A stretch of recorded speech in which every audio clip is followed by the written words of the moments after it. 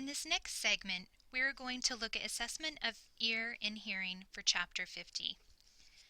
The ear, along with the brain, is the organ that enables hearing. Hearing is one of the 5 senses important for communicating with the world, allowing the assessment of surroundings, independence, warning of danger, appreciation of music, work, play, and interactions with other people. Ear and hearing problems are common among adults of all ages. Assessment of the ear and hearing is an important skill for nurses in any care environment. Therefore, an understanding of the anatomy and physiology of the ear is essential. Many ear and hearing problems develop over long periods of time and may be affected by drugs or systemic health problems. Hearing occurs when sound is delivered through the air to the external ear canal and the temporal bone covering the mastoid air cells. The sound waves create vibrations which are ultimately transmitted to the cochlea, which changes the vibrations into action potentials that are conducted to the brain. The nerve impulses are processed and interpreted by the brain as sound.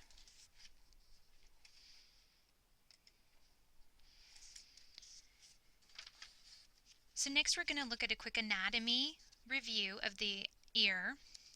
With the external ear, remember that it develops in the embryo at the same time as the kidneys and urinary tract. Therefore, any person with a defect of the external ear should be examined for possible problems of the kidney and urinary system.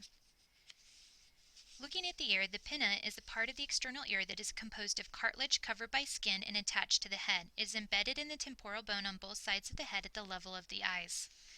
The external ear extends from the pinna through the external ear canal to the tympanic membrane. The ear canal is slightly S-shaped and lined with cerumen, producing glands, sebaceous glands, and hair follicles. Cerumen helps protect and lubricate the ear canal. The hair follicles and cerumen protect the eardrum and the middle ear. The distance from the opening of the ear canal to the eardrum in an adult is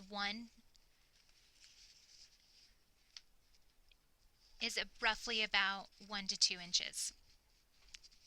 Middle ear. The middle ear begins at the medial or inner side of the eardrum.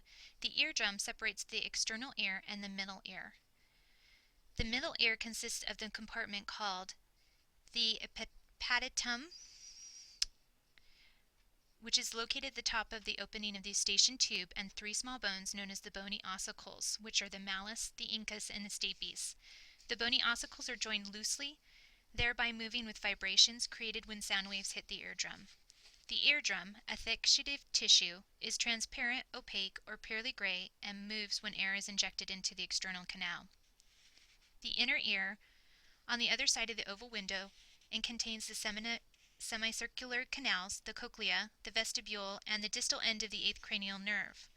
The fluid and hair cells within the canals help maintain the sense of balance. Assessment techniques. All older adults should be screened for hearing acuity. Many scales or tools are available to assess hearing loss. However, asking, "Do you have a hearing problem now?" may be just as helpful as these scales. Obtain a thorough history from the patient before performing the physical examination. Hearing assessment begins while observing the patient, listening to and answering questions. The patient's posture and appropriateness of responses provides information about hearing acuity. Obtain data on demographics, personal and family history, socioeconomic status, job-related environmental exposure to loud noises or sounds, current health problems, and the use of remedies for ear problems. Personal history includes past or current manifestations of ear pain, ear discharge, vertigo, tinnitus, decreased hearing, and difficulty understanding people when they talk or difficulty hearing environmental noise. Other relevant history may include trauma, surgery, infections, ear hygiene, exposure to loud noise or music, air travel, swimming habits, hereditary factors or health problems, smoking, and nutritional deficiencies. Ask the patient about potentially ototoxic drug history, which would include antibiotic use. Family history is important to determine genetic risks for hearing loss. Ask the patient about hearing problems and any other member of the family, because many hearing problems have a genetic component. Most hearing loss as a result of a genetic mutation is seen in childhood, but some genetic problems can lead to progressive hearing loss in adults. Assess current ear-related problems by asking the patient about any ear trouble, ear pain, discharge, and buildup of earwax. Ask about any changes in hearing and intolerances for sound levels that do not bother other people. Ringing in the ears also. And finally, ask about problems with dizziness, sensations of being off balance, or vertigo, sensations of spinning movement.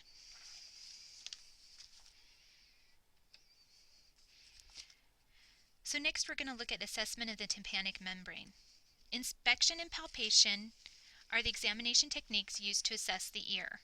Inspect the entire external ear for shape, location of attachment to the head, and condition, including the condition of the visible external canal.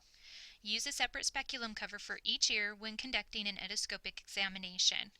Slowly and gently introduce the otoscopic speculum into the external ear canal during assessment.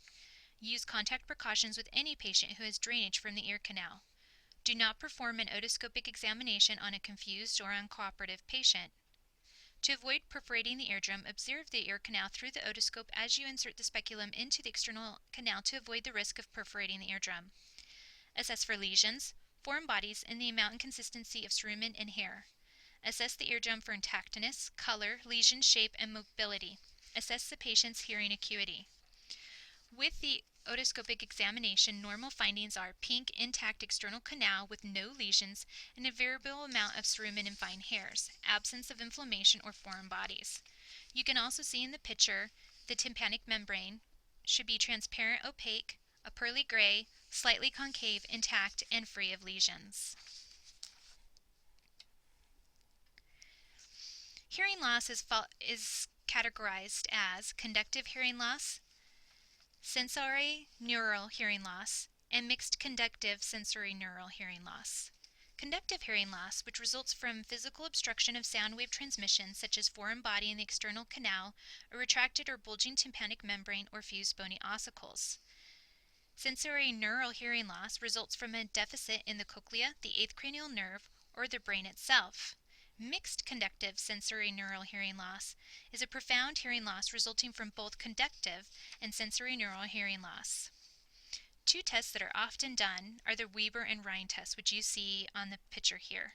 The Weber test is especially valuable when hearing in one ear is reported as better than the other.